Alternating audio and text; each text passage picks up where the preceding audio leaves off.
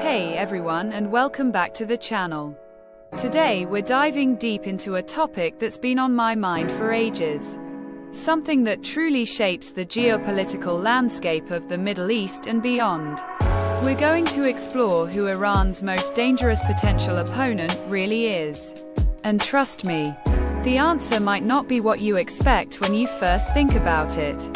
For decades, the world has watched Iran with a mix of fascination and apprehension, seeing it as a powerful regional player with a complex web of alliances and rivalries. But what if the biggest threat to the Iranian regime isn't an external enemy at all, but something far more insidious and much closer to home?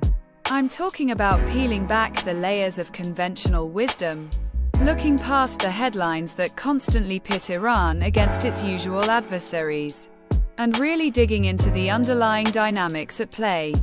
We'll explore the obvious contenders, the ones everyone points to immediately, and break down why each of them, despite their formidable power, might not hold the title of Iran's most dangerous opponent. This isn't just about military might or economic sanctions. It's about existential threats, the kind of challenges that truly undermine the foundation of a state and its ruling elite. So buckle up, because this is going to be a long, detailed, and I hope, incredibly thought-provoking journey into the heart of Iranian power and vulnerability. Let's kick things off by addressing the elephant in the room. The one power that consistently looms large in any discussion about Iran's adversaries: the United States. When you think about a dangerous opponent, the sheer military and economic might of the US immediately springs to mind. Right. The US has maintained a significant military presence in the region for decades, with naval fleets, air bases, and special operations forces constantly monitoring developments and ready to project power. They've also implemented some of the most stringent and far-reaching economic sanctions in modern history, designed to cripple Iran's economy and force a change in its policies. These sanctions have undeniably had a devastating impact on the Iranian populace, limiting access to essential goods, stifling trade, and making daily life incredibly difficult for ordinary citizens. However, while the US is undoubtedly a powerful adversary, I'd argue it's not the most dangerous in an existential sense for the Iranian regime itself. And here's why. The constant external pressure from the US, while painful, often serves a paradoxical purpose for the Iranian leadership. It allows them to rally domestic support by framing the US as a foreign aggressor attempting to undermine their sovereignty. This narrative of resistance against an imperialist power has been a cornerstone of the Islamic Republic's ideology since its inception, and it's a very effective tool for unifying disparate factions within the country, at least superficially. Furthermore, the US strategy has largely focused on containment and deterrence, avoiding direct military confrontation that could lead to a full-scale war. Understanding the immense regional and global destabilization such a conflict would cause. This means that while the US can inflict significant pain, it often inadvertently strengthens the regime's external legitimacy and its internal narrative of defiance, making it a powerful but not necessarily existential threat to the regime's survival from within. Next up, let's talk about Israel, another incredibly significant and often cited opponent of Iran. And for very good reason. The rivalry between Iran and Israel is deeply entrenched, marked by ideological clashes, regional proxy wars, and a constant shadowboxing match involving intelligence operations and alleged sabotage. Israel views Iran's nuclear program and its support for groups like Hezbollah and Hamas as an existential threat to its own security, leading to a proactive and often aggressive stance. They've been widely implicated in covert operations within Iran, targeting nuclear scientists and infrastructure. And they regularly conduct airstrikes against Iranian-linked targets in Syria and other neighboring countries. The military capabilities of Israel are highly advanced, boasting a sophisticated air force, a formidable intelligence apparatus, and a widely believed nuclear deterrent of its own. Despite this very real and immediate danger, I still wouldn't crown Israel as Iran's most dangerous potential opponent in the broader sense of threatening the regime's very existence. Israel's actions, while impactful and often devastating to Iran's regional assets, tend to be highly targeted and strategic, aimed at degrading specific capabilities or preventing certain advancements rather than overthrowing the entire regime. A full-scale war between Iran and Israel would be catastrophic for both sides and the entire region. A scenario both countries, despite their rhetoric, seem to want to avoid, understanding the immense costs involved. Like the US, Israel's external pressure, while severe, can also inadvertently play into the Iranian regime's hands, allowing it to portray itself as a defender of the Muslim world against an aggressive Zionist entity.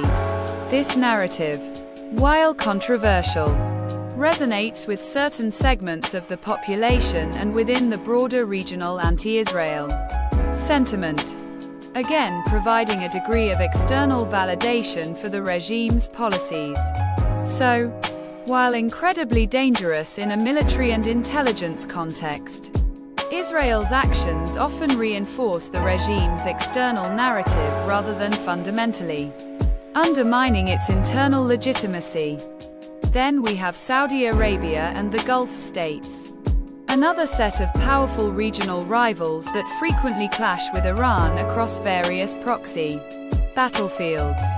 The rivalry here is multifaceted, driven by sectarian differences between Sunni and Shia Islam, geopolitical competition for regional dominance, and economic competition, especially concerning oil markets and influence within OPEC. Saudi Arabia, along with its allies like the UAE, has actively worked to counter Iranian influence in Yemen, Syria, Iraq, and Lebanon, often through significant financial and military support to opposing factions.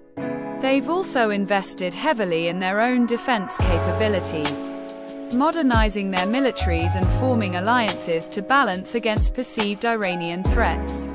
The economic might of these oil-rich nations allows them to exert considerable influence and project power throughout the region. However, when we consider the most dangerous opponent, the Gulf states, while powerful and antagonistic, primarily represent a challenge to Iran's regional ambitions rather than an existential threat to the regime's survival within its own borders.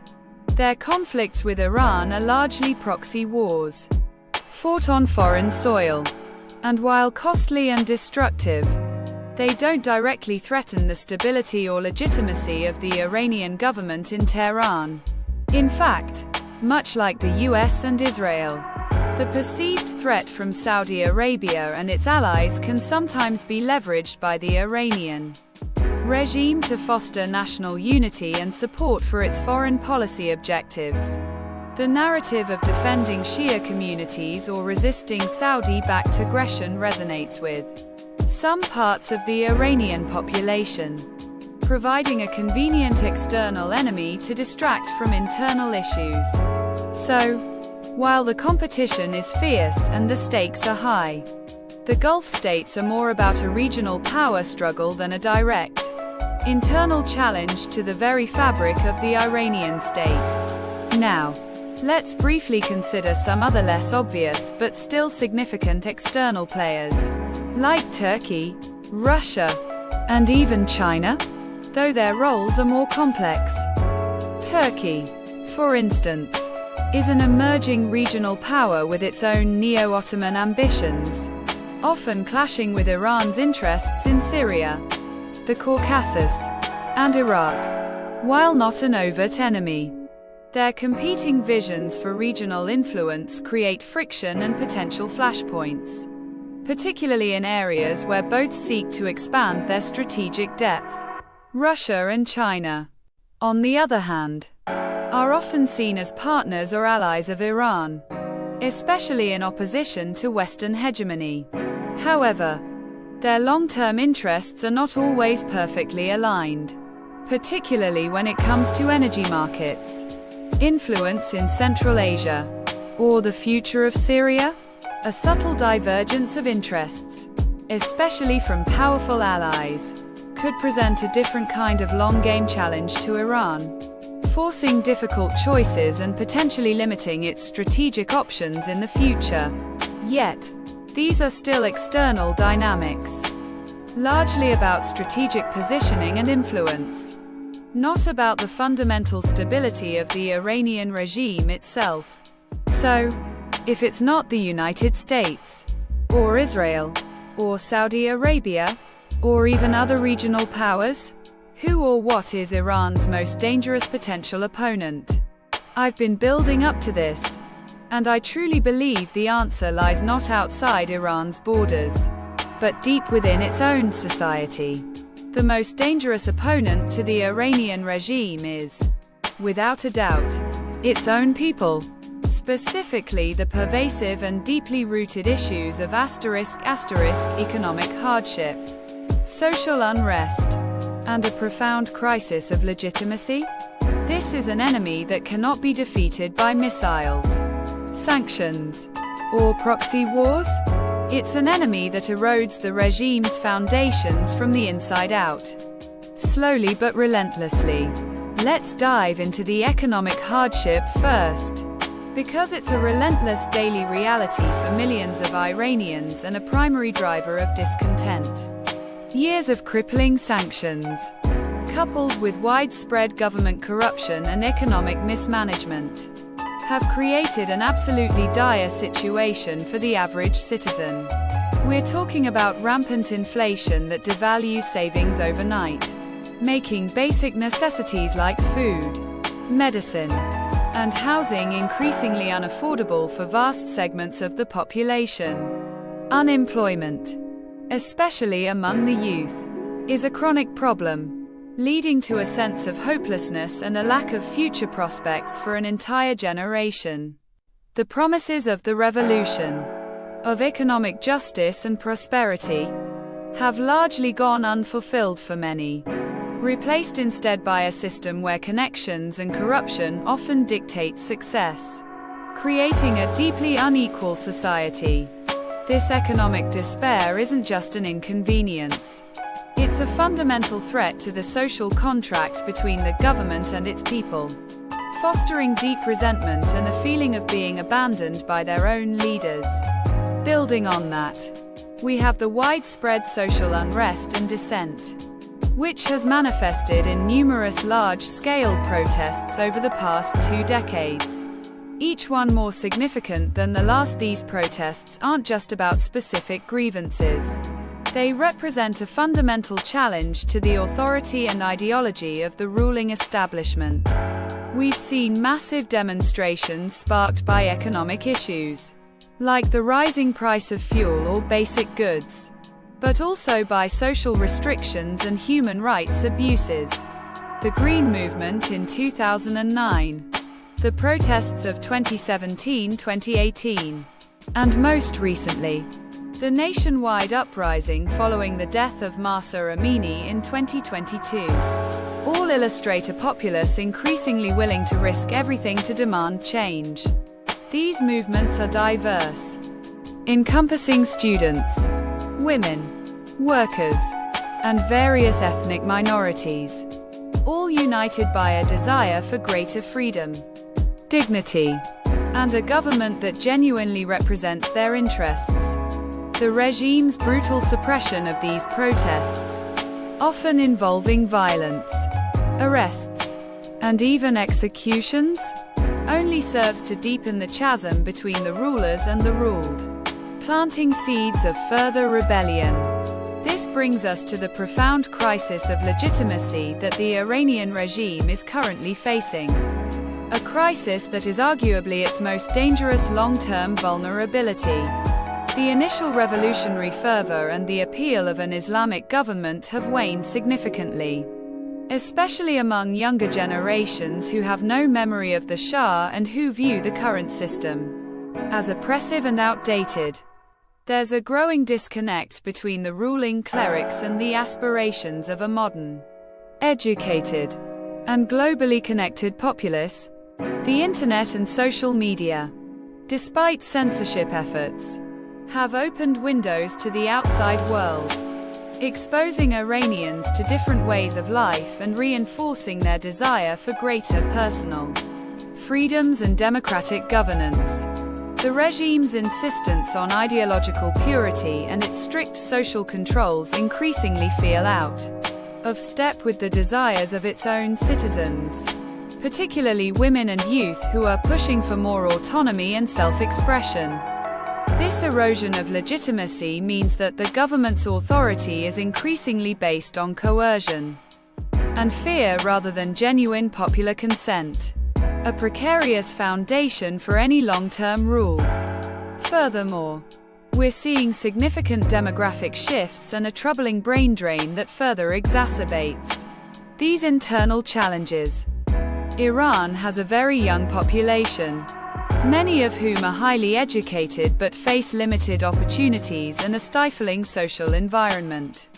This leads to a massive exodus of talented individuals, with countless doctors, engineers, artists, and academics leaving Iran for countries where they can pursue their ambitions and live with greater freedom.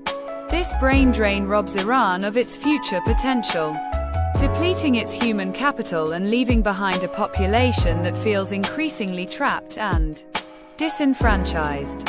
When the brightest and most capable members of society feel compelled to leave, it speaks volumes about the lack of hope and opportunity within the country, creating a cycle of decline that is incredibly difficult to reverse. This internal hemorrhage is a silent but devastating blow to the nation's long-term stability and prosperity. So, why are these internal factors, economic hardship, social unrest, and a crisis of legitimacy, the most dangerous opponent for the Iranian regime? It's because external threats, no matter how severe, often have the unintended consequence of uniting a population against a common enemy, allowing the regime to consolidate power and rally nationalist sentiment. When the US or Israel are perceived as aggressors, it can, for a time, distract from internal grievances and even strengthen the regime's hand by presenting it as the protector of the nation. However, internal threats are fundamentally different. They erode the regime's foundations from within, slowly but surely stripping away its authority, legitimacy, and ultimately, its ability to govern effectively. There's no external enemy to blame for the rampant inflation, the lack of jobs, or the suppression of basic freedoms. These are problems that originate from within the system itself. This is a battle the regime cannot win through conventional military means or through its extensive propaganda machine alone. You can't bomb economic despair into submission. And you can't arrest an entire population into silent obedience indefinitely. Addressing these internal challenges would require fundamental reforms, a genuine shift towards greater transparency, accountability, and respect for human rights, which the current hardline establishment seems unwilling or unable to implement. Any significant move towards reform could be perceived as weakness by hardliners and could potentially open the floodgates to even greater demands for change, threatening their grip on power. This creates a catch-22 situation for the regime. Maintain the status quo and face increasing internal pressure, or attempt reforms and risk losing control entirely.